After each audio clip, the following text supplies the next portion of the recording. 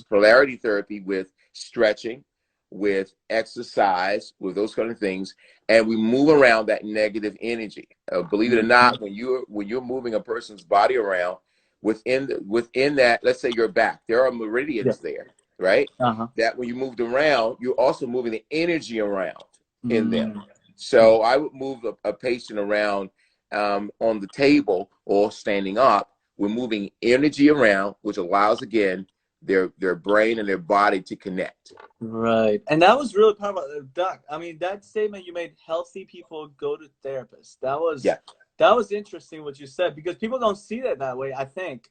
I think that people see it as in, okay, you got to be, there's something wrong with you, and it looks bad to go see a therapist. No, it looks good to see a therapist, because you want, as a matter of fact, if you're, let's say, a CEO of something, if you have jobs where there's stress is normal. That's not abnormal. Stress is normal. So what you want to do is you want to see someone because you want to relieve yourself of that stress. If stress stays in the body, then your nervous system is going to react. If your nervous system reacts, illness comes. Then you're going to become physically ill. So stress will bring up any dormant situation in your body.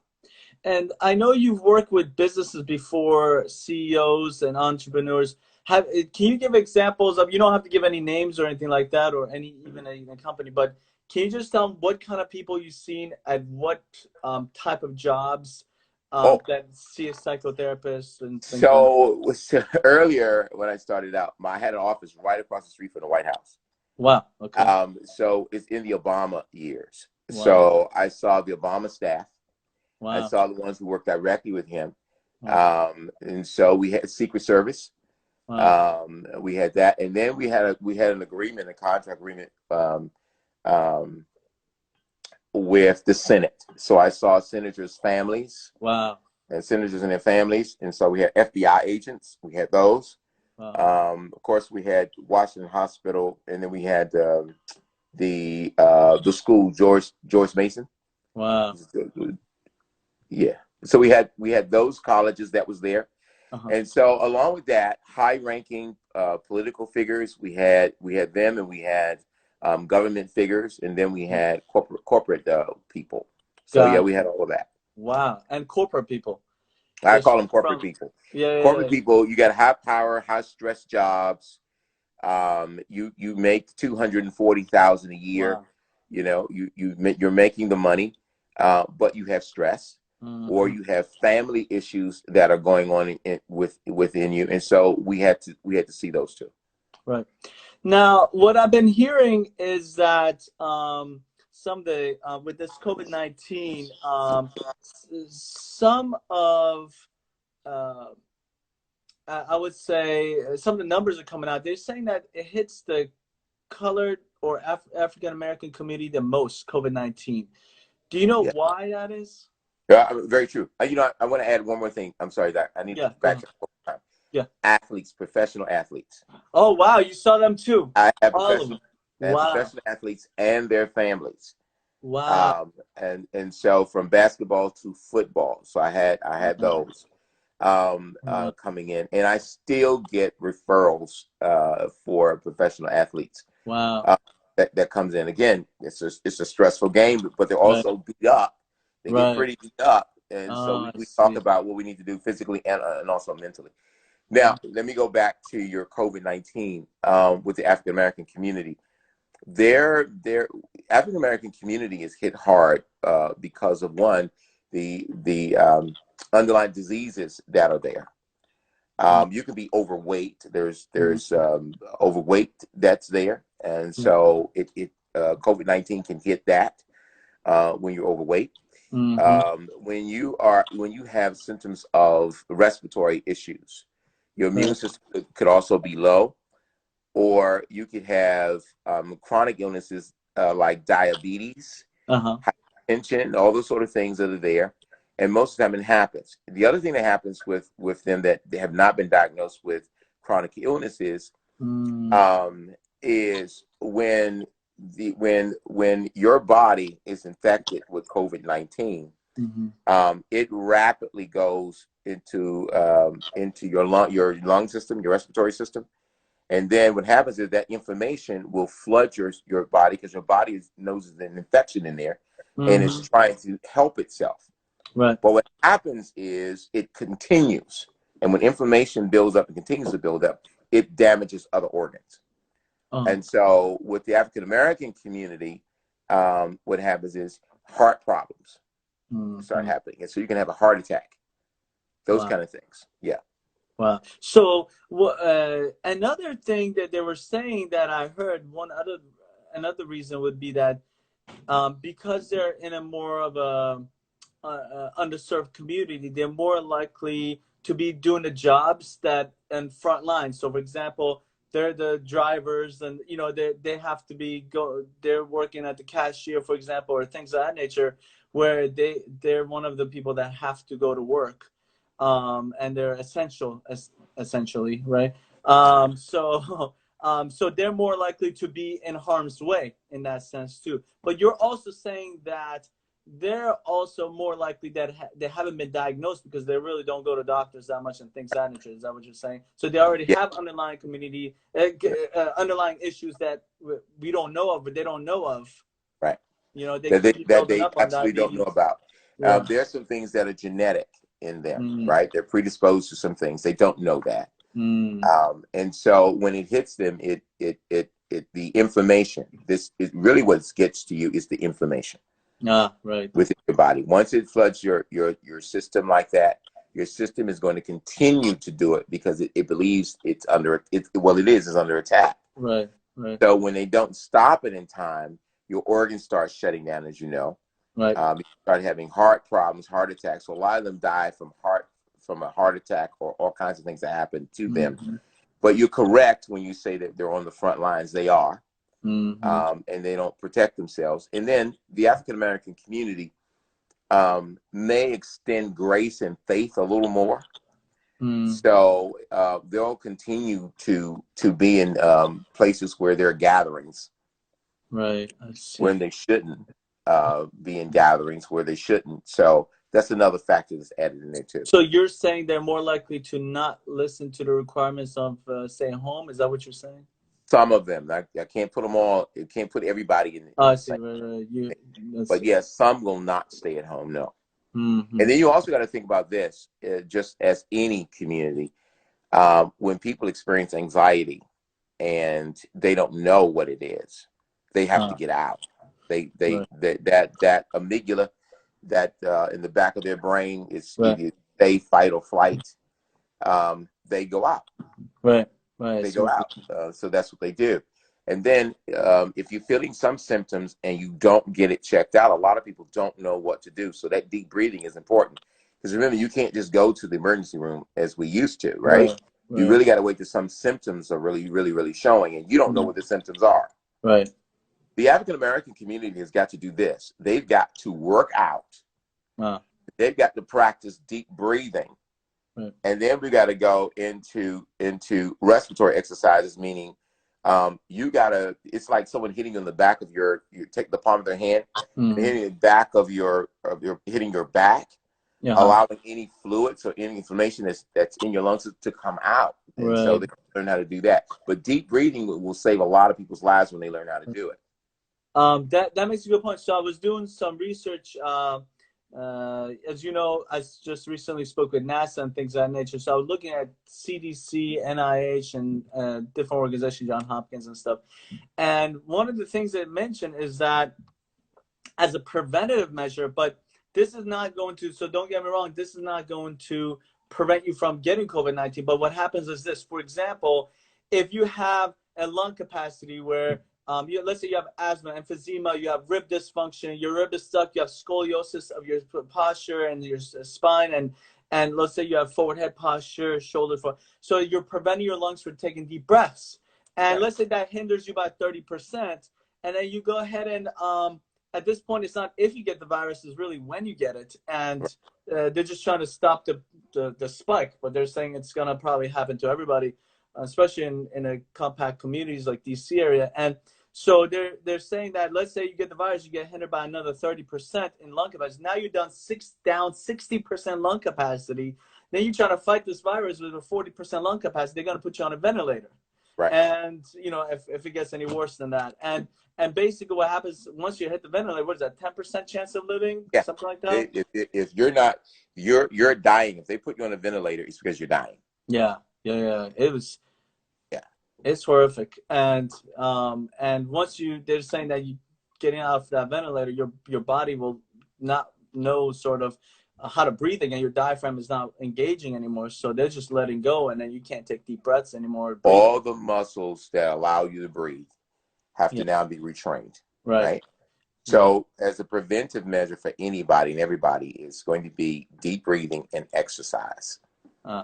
Deep breathing, exercise, along with, of course, you know, a mineral like a zinc, and then a vitamin D could be added to that, along with drinking lots of water and then fruits and vegetables. But the idea is you got to have something to fight with in order to go through any kind of illness. You need something to fight with. Right. If you're going to withstand it, you need something to fight with, and so what you need to do is have your chest opened up.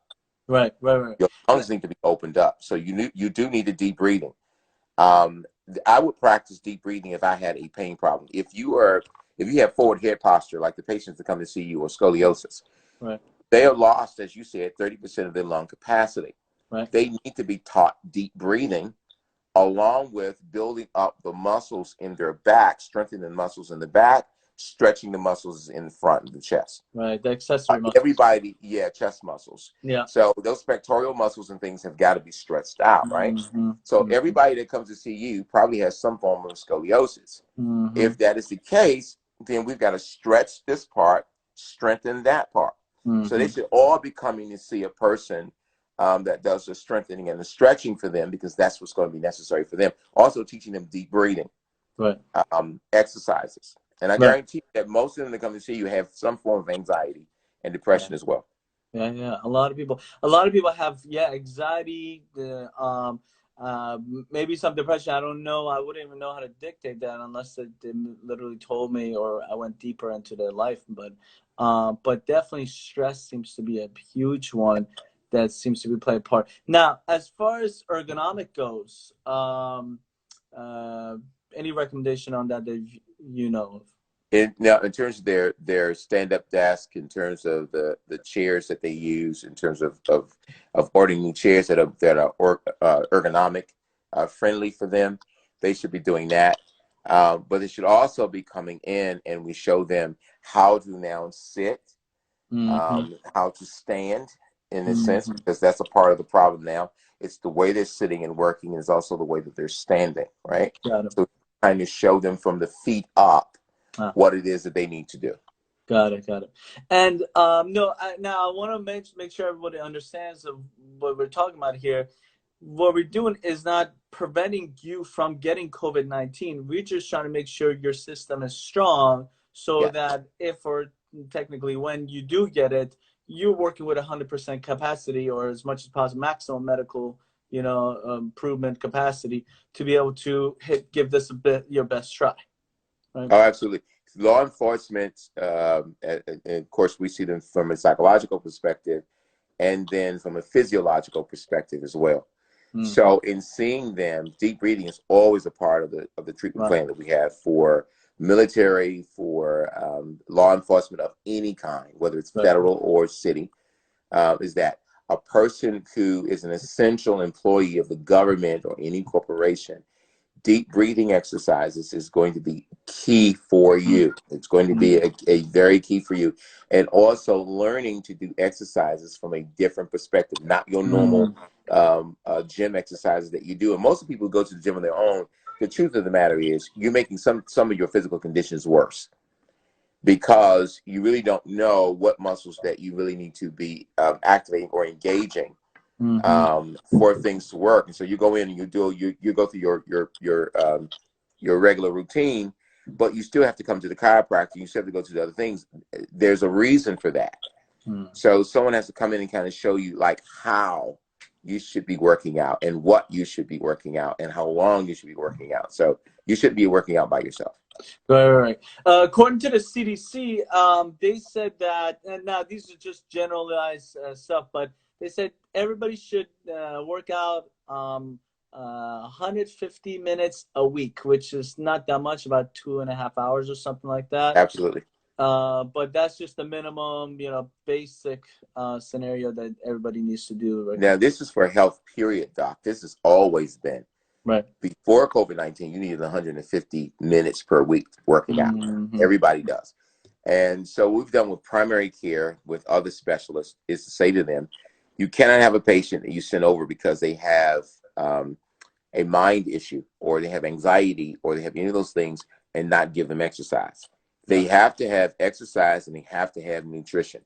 If you were in a hospital, they're going to give you an exercise therapist or physiologist or something. You're going to have to get out of that bed and walk down the hall.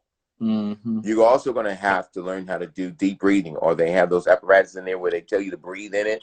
They tell you to do those kinds of things. So even when you're out, especially with people who've already had COVID-19, let's say you recovered, right? Right. Now you really have got to do exercises to help your respiratory system. Now you really do.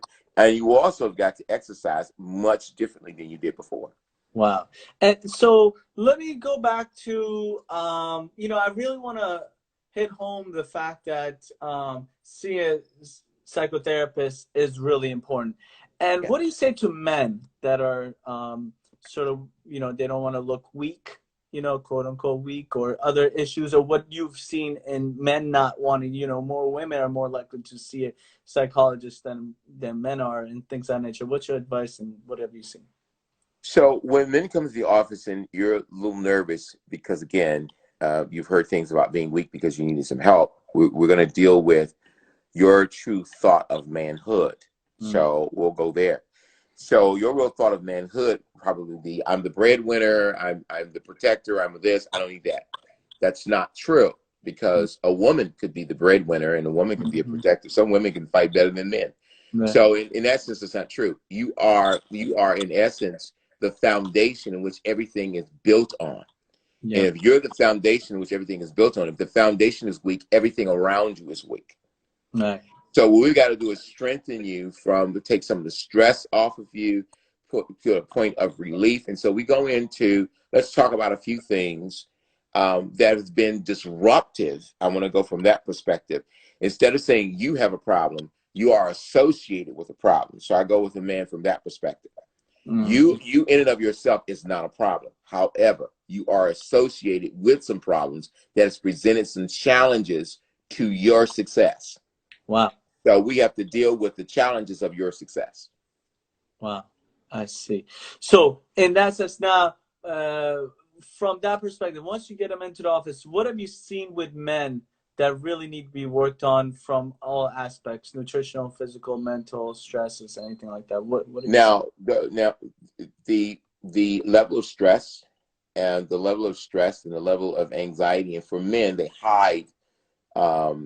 They have a tendency to hide the symptoms of depression. Have you noticed that they're telling you everything, or do you have to like drag it out of them? I've got to kind of having open-ended questions. I got to probe a little bit, because some of them tend to isolate.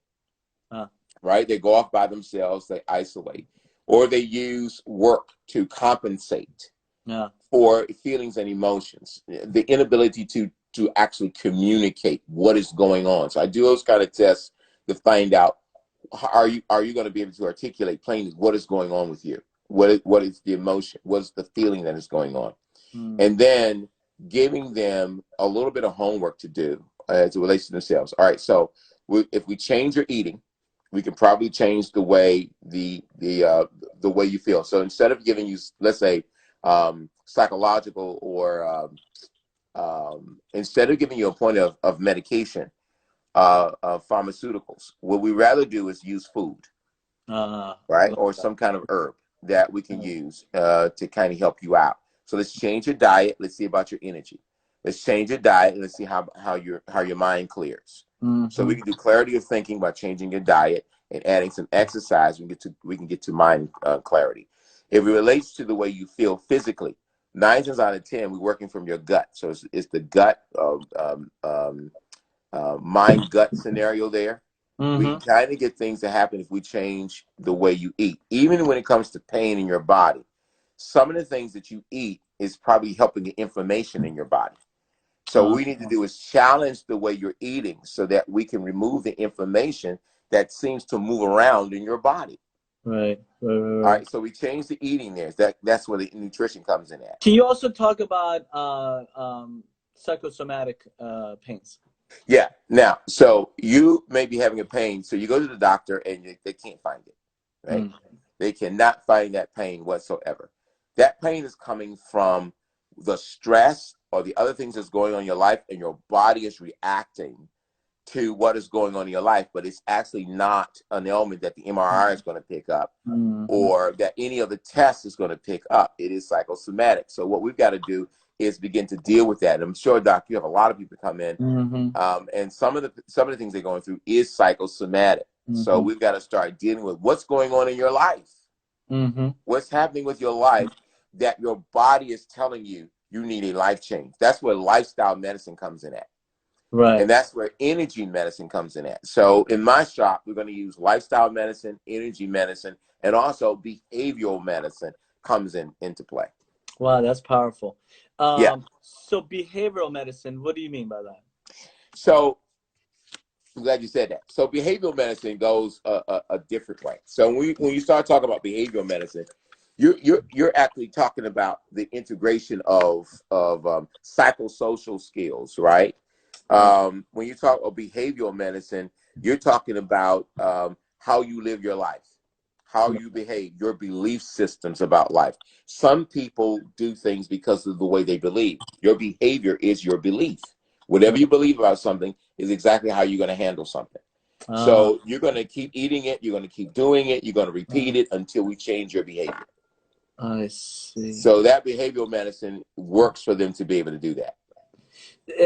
Now, you mentioned much earlier something about polarity. Can you explain what is polarity therapy? Yeah. So polarity therapy is based on quantum physics, basically. Again, that has a lot to do with the energy that's moving around in your body. So we talk about polarity therapy. It's body work that includes body work, diet, exercise, and lifestyle counseling, basically. That's what it does. And for the purpose of restoring and also maintaining proper energy flows in your body or throughout your body. So the underlying concept of polarity therapy is all the energy within your body. When we talked about the meridians, let's say in the back, when you move a person's back around, right?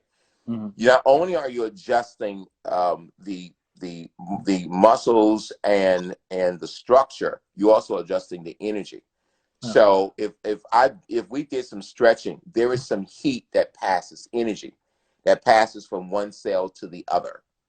So when we start moving them around on the table or moving around physically, we're changing the energy within the cells, what allows them to relax a little more. Okay. So now, what is the concept behind reflexology? Can you explain that to reflexology? So your body is full of reflex points in your body. So for instance, at the bottom of your foot, all the nerve endings goes down to the bottom of your feet. All the nerve endings goes to your hands. All the nerve endings goes into your face, into your ears, into your mouth, all those sort of things, right? So reflexology, we work again moving energy around, connecting to your nervous system, just like polarity therapy, to your nervous system. If you have a healthy nervous system and your nervous system is balanced, you can have a healthy body. I see what you're saying. So what we do is, go ahead. So let me ask you this now. Now, in accordance to, let's say rehab. So now I want to kind of connect a few things together here. So would you recommend someone seeing polarity therapist, reflexologist, psychologist, physical therapist? There seems to be a lot of intertwine between them. What's the best, like 2-3 things would you recommend, just overall, or even breathing exercises on their own? What's 3 recommendations you have people can start today? What should they do? Something easy maybe. What do you recommend on that? Okay. So let's look at the body as a whole. I think that's a better way of doing it. So if we look at the body as a whole, right? Yeah. You are an energy form, period. Yeah. All right, the whole thing.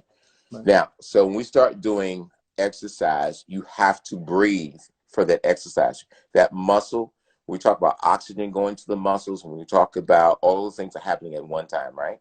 Right. We're talking about opening up. All right. So my suggestion would do is the stretches, the exercise, and the deep breathing that goes with it. Okay. Yeah. Now, for you to stop stressing, we would add reflexology to calm your body down, give your muscles an opportunity to recover. Right. By doing that, by calming your body down, allowing you to recover. So those kind of things are important. So the three things I probably would tell you to do is to deep breathing, to do the exercise, certainly. Now, we can cross the polarity and reflex together, whichever best serves that particular person, because everybody's different. Got it. So we'll take a look at what's going on with you and then apply which one really is beneficial for you. I see. Got it. Now, as far as nutrition goes, what is three main things would you three best nutritional supplements or herbal supplements recommendation? Generally speaking, obviously it's not for everyone, but generally speaking, what seem to be people missing the most? Vitamin D. A lot of people are missing vitamin D. Of course, if you miss vitamin D, you also have some problems in terms of cognitive issues. Can you explain why people are missing vitamin D? So if you're low on vitamin D affects your system not only physically, but it affects it mentally, right? You don't have clarity of thought. So in order for your thought level to become very clear, you need what's called vitamin D, right? Then a lot of people and that's because people are indoors more than outdoors. Is that you're indoors more than you're out. Your body does not take in a lot of the sun. So vitamin D normally comes from the sun. You're absolutely correct by that. Now, because we don't get a lot of sun all the time, we got to take an uptake on vitamin D. So if your body's missing any vitamins that is natural, of course your body's affected by it. So I would say that. Now, believe it or not, there is a natural vitamin that is in your body, and we will call it SAMe. So if they had SAMe, if they had osteoporosis. How do you spell that? SAM-E. Okay, good. Right. So if they had osteoporosis or anything like that going on with them, or if they had depression or anything like that, SAMe really has served both purposes for them. Oh, interesting. So they can feel a lot better if they took something like that. So it depends, again, what's going on with them. Then we talk about the whole level of vitamin B that people are normally short in as well. Like a B complex? Like a B complex vitamin. So there are different numbers of B, as you know, B6, B7, B8, B. So a vitamin B complex can help people as well. All right, so we talk about energy, we talk about metabolism being built up within them. That will also help them too. Right. I see what you're saying. Now, is there a specific dosage and brand that you like the most? Now, I'm glad you said that, Dr. E, because I'm smiling because we're working now. We're working diligently on our own brand, and so we've got companies working for us now, and I'm going to be coming out maybe in another 2 months with our own brand. Good. Of that. Now, a lot of people have used Spring Valley had a good brand that they used in terms of vitamins. And so we've used that before with people, and we had no complaints off of them at all when they had to do, let's say, a B complex vitamin or something like that, or they had to use we do a lot of SAMe over here. We do a lot of it, and people have been reporting that for ADHD, for osteoporosis, for pain that they've had, they've been reporting that they're doing better. I see. When we put it on there. Now, I want to circle back to, we're doing a lot of zigzag. I want to kind of get people, keep people on their toes here. Now, let's circle back to the psychotherapy. Now, can you give us some hints? We talked about men and the psychology of men, how that works, and we talked about general public. What about couples? What do you suggest with couples? What are some of the problems that couples are having now that they have to live, like they have to be home together at the same time for a long period of time? I heard divorce attorneys are doing well right now. They're making a lot of money. they're doing good. So how can we rain down on them a little bit, rain down on their actions? Now, Yeah, so we get a lot of couples coming in.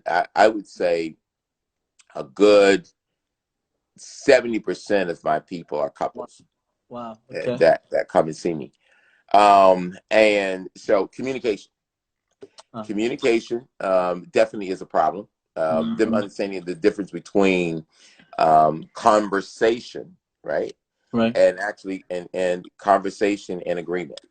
So they'll have a conversation, meaning they'll invite the other one to share opinions and thoughts, but they never move towards the communication that brings agreement. So they stay at disagreement more than they stay at agreement. So teaching them how to communicate differently, that's one. The second thing is that couples never pay attention to each other's growth. They've been evolving. So because they're going back and forth to work, kids are in the house, kids, schools, this and that, they're so busy, they don't pay attention to each other. Now, when they're in the house together, they notice irritating factors about the other person. And they seem to be overwhelmed with the irritating factors or the nuances of the person. Like, you're getting on my nerves, right? Right. This guy, oh my God. I bet they find it so thing too. Now we're teaching them how to know your mate, right? How do you know your mate? Developing a new culture. So we call in our business developing a new culture. All right, so your home is run one way because you're always busy. And so now you have to develop new norms. So instead of continuing to do things the old way, we have to talk about new norms, which means I need to understand, where are you now? Right. Where are you right now in your life? Where are you right now in your thinking? Who are you? Who are you? What is your identity? And what is the identity of the relationship? Wow. Because sometimes we're on different paths of identity. The person doesn't know who you are, and you have no idea who they are, and you live with them every day. Wow. And they keep surprising you, and you're so surprised at their answer. You're so surprised at their thought. How do you live with a person every day, and you're surprised that they think this way? Right. Amazing. Yeah. So then we stop. So I go through this whole thing about identity. Who are you?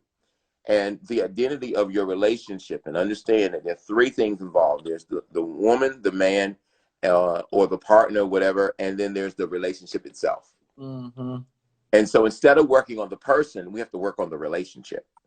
Got it. And so many people take time to work on each other, but they will not work on the relationship. Now, here's the other thing that gets to Dr. E. And that is, if you had an argument, are we talking about what we're arguing about, or are we talking about me not getting attention? So what are we really arguing about? So you got to kind of pay attention. Can you have a disagreement and stay with the situation and not bring the situation and throw the person out with the situation? Because now you're not talking to me, you don't like me, you don't want to be around me because you didn't like what I said. So why not say, honey, I didn't appreciate the comment, but I love you. Yeah. Or, I'm sorry, I disagree with the politics of that, but I love you. Wow. People don't do that. They get mad at the politics, looking at the news, and all of a sudden sex is gone. Right. Oh, right? Wow. Yeah, because they get upset, and that's a turnoff. You're right. They get upset, it's a turnoff. And then they get all stressed out. When you get all stressed out, you're all tense. When you get all tense, your muscles ache. And not only that, you're sitting in a particular posture. Yeah, and you're sitting in a particular posture, and all of a sudden, that posture becomes a problem. So now you have a posture problem, you have backache, you have arm aches, you have all those other things going on because you were mad at one situation. Wow, that was powerful, Doc. That really, you really took that from, I was thinking it's going this way, and it made a turnaround and hit me in the back. All right, that was powerful. So you're saying that them having relationship issues from one scenario, that gets worse and worse, and then not only hits their relationship, but also hits them from stress, and it goes into the body and cause somatic issues and physical issues. Wow, that really. So for that, Doc, like let's say in a clinic like yours, right, I would use what is called somatic psychology. Somatic psychology is touch psychology. That's when we get to talk about, while we're doing table work or exercise, we get to talk about where the stress is coming from that's pinned up in your cervical, Right. or that's pinned up in your thoracic spine back there, right? Right. Or what's going on with your hip and why your hip continues to do this. There is judging again from the energy, from the circumstances. So I do all of that while I'm talking to a patient, right? What is going on? Because this is a repeat. Your muscles are continuing. You're all tight. Do we need to do shiatsu massage? Do you need a massage? You need the whole thing done because it's coming from your brain. Right. It's coming from your situation. And that is one of the problems. So it's somatic psychology that we apply to a patient that came over. So one time I have, so at GW where I work at, there's a psychiatrist, and so he's a medical doctor. And I asked him one time, listen, I have some patients that when I'm working on them, just a lightest bit, they start to get emotional. And he told me that, you know, when people have issues, they don't know how to store it. Right. They don't know how to deal with it, so they store it in their spines. And when you go ahead and work on it, you're releasing a lot of their psychological traumas as well. And that can come off in a either crying or anger or this and that. And I've seen some of that stuff. I had at one time a man who was from Venezuela. And I went ahead and adjusted his back. He just started crying. Just crying profusely. Like, just couldn't stop. Just couldn't stop crying. And that's why I asked him. He just couldn't stop. I left him for like 15 minutes for him to just cry in the room. I really didn't know what to do. I've never explained. That was in the beginning. Because he needed a release. He needed a release. And then he explained to me that he used to get beaten, and that's in his back, which actually because he was a political prisoner. Yeah. And some of that had been stored. And then afterwards he felt so good. He felt so much release.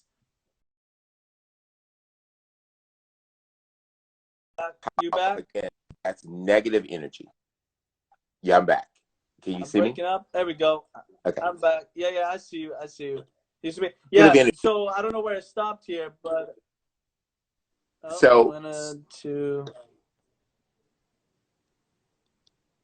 let's see. Something happened here. Okay, we're back. I'm back. You're back. All right. So what happens is can't hear you. Okay, here we go. Yeah. How about now? Yeah, it's good now. Yeah. All right. So you got negative energy, as I talked about. And emotion. And so when you touched them physically, it exploded.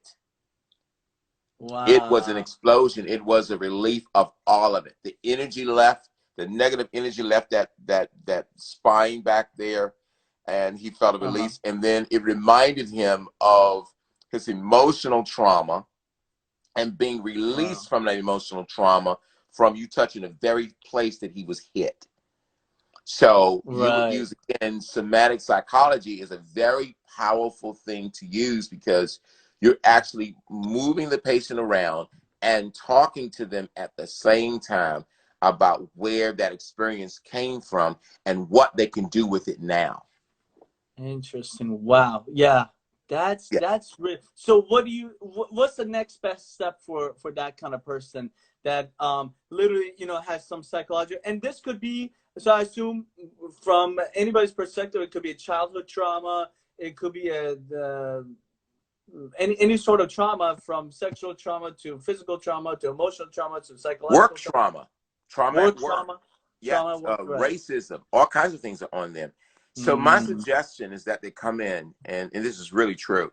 They should see you, right? They should come in, they should see you, and then the next stop they should do is come by my office and see me. And then we should go from the exam from a mind-body perspective, a whole person perspective, and begin to strengthen the things that you've released. So once you release something, there's got to be a strengthening that comes with it.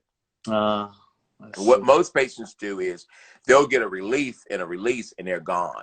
Right. That's very powerful what you just said. So not just getting the release, but you have to get a strength from it. What do you mean by that? Mental and physical strength. Mental, that now that area that you released when he got the emotional release, the guy that was beat back there and you adjusted him, Yeah. Now the muscles back there needed to be restored, right? Right. Not only do they need to be strengthened, emotionally, he needs to be strengthened. He needs now to release the more of that trauma that is in him, and then knowing how to deal with that trauma. So the way you deal with trauma is you talk about it. Most people who have a traumatic experience, I want you to just think about it. They'll keep talking and talking and trying to talk about it and trying to talk about it, and people will do things like, when are you going to stop talking about that? Or when are you going to get over it? Wrong position to take. Wow. Because they can't just get over it, right? It's called rumination. So rumination, in order to release a person from rumination, there is a process that has to be done from a therapist to help them safely move on and conquer or overcome the situation, right? So we got to do things a very different way. You're never going to just get over something. It doesn't happen. Wow. You're going to ruminate. Gotcha. And then and if they just build up in that sense, if they don't address it, what happens at the end? What's the... Well, we talk about phenomenology. Let's just use that term real quick. So something could have happened to you 10 years ago. Now, if it happened to you 10 years ago, you were raped 10 years ago, you were taken advantage of 10 years ago, robbed 10 years ago. That experience has traveled from there to your here and your now. Right. So so phenomenology from my now, my here and my now, basically what I'm dealing with. How has that affected you 10 years later, and what are you doing with it? So then we got to stop and we got to deal with them from that perspective to get them now to put it in a place so that they can look at it and deal with it and make a decision of I'm done. I'm released. I can move forward. They have to make that conscious decision to do that. Got it. They have to, it's on them. It's on them. What do you want to do with that feeling? What do you want to do with that emotion? You know, how do you want to proceed with life with that? Right. Wow. That was really powerful, Doc. That really a few things you said I mean everything you said, but a few things that was really powerful. So at the end of the day, really what we need to kind of gather from this scenario is now we talked about a whole array of things from physical, mental, emotional, psychological, and all that. Breathing is one of the main things. Making sure your structure is healthy, you're physically healthy, some sort of exercise every week. We talked about minimum 150 minutes as CDC prescribed. You mentioned something about some of the vitamins that you like to take. For example, B complex, you said, and you also said vitamin D, and then you said SAM E. SAM E. Yeah, SAM E, vitamin D, and the B complex. And then you mentioned that we really got it, especially couples here. You talked about a couple therapy. You mentioned that we have to not just disagree, but we also have to agree. We can't just be in disagreement so much. And if you're gonna say something where you disagree with someone, you have to follow it up with something like, "But I love you, but it's okay." But yeah, I'm not going to change my position. I don't like meatloaf. I'm never going to like it again. I liked it when we first got together. I don't like it anymore. It's not that I don't like your cooking. I love your cooking and I love you. I don't like meatloaf. Right. Or I disagree with a statement that you made, or that statement made me angry. But I love you. It shouldn't stop us from eating dinner. It shouldn't stop us from having sex. It shouldn't stop us from loving on each other. It's just simply, I don't like the comment. Right. And that was you giving them the right to say that. Right. And the other big thing that you mentioned is healthy people seek psychotherapists. Healthy people seek psychotherapy. That's why it was so important for me to add that component to the Virginia office, because as I see people, you're walking like there's an issue there. You know, so your posture tells me something else is going there. Your walk tells me something else is going there. And when you come in, I know that you're not healthy. I can look at you and tell that you're not healthy, right? And then you're repeating you're repeating the same need. So let's address the need. Why do you have to keep getting the same thing done to you? That's like church. I do the same thing in church. Why are you praying for the same thing? Right? Here's the answer right here. So why are we continuing to do the same thing in church? Why are you crying over the same thing? So let's stop praying, let's stop singing, and let's talk. Interesting. Wow. Let's So, deal with that. so you see that a lot at church as well, where you I see. see a lot of that at church, right? I want you to stop doing that, and I want you to eat this. So I will tell them, listen, I'm going to add some blueberries to your diet. I want you to add different things to your diet, and then I want you to exercise. This is what I want you to do, all right? Or that's a gastro problem. You're in the line, and we're talking. I ask you, you know, what's going on with you? You start telling me, and then I start saying, listen, that's a gastro problem, all right? Wow. So we're going to change your eating. We're going to do a couple of things. This is what the Lord wants you to do. He wants you to change your eating. So you can stop having that problem. If I visit somebody when the hospital, when you could visit people in the hospital, and I go in the hospital, it was my own mother, as a matter of fact. She was in there over 30 days, and they couldn't find out what was wrong with her. But when she came in, honest to God, I looked at my mother and said, Mom, you don't look good. Right. Let the nurse practitioner look at you. And her sister said, oh, no, we're going to go see the other doctor. And I said, fine. She's in the hospital. It's 3 weeks, going on 3 weeks, going on 30 days. And so I looked at her. I went back to my office. I did some research, and I came and I asked the doctor, did you run this test? Wow. He told me, no, run the test. All right? Because she's deficient in this area, and this area, and she's 80-something years old. When he ran the test and found out she was deficient, when they gave her an uptake in vitamin D and a couple other things, she was out of the hospital. Oh my God! Wow. So you had an hospital, and you're giving her all these drugs, and you guys are doing all these things. So when my parishioners go into the hospital, they know that their pastor, their bishop, is coming to the hospital. I want to talk to the doctor, like, what is going on? And so then we're going to get it from a whole person perspective of what's going on, because that's what we do. We work with primary care, we work with cardiologists. Those are the things that we do. So if a patient comes in and you tell me that a physician's been working on you for something, then I'm going to look at the mental aspect of that along with the physical aspect of that. And then we'll look at your energy. And then we're going to start talking about what kind of treatment plan and treat all three at the same time. Powerful. Wow. Well, Doc, it looks like we got 40 seconds left. I'm going to end it right here. The Facebook, Instagram is about to end us here, but there's so much to go over. And we're going to have to do this one more time. I think we got to add a second roundabout to this. This was powerful. Thank you so much for your time today. Thank you. I know it's valuable, and I appreciate you sharing it with everybody. And I'm going to be posting this blast on everyone and tag you to it. All right, thank you. Appreciate you, sir. Talk to you soon. Bye-bye. Talk to you soon.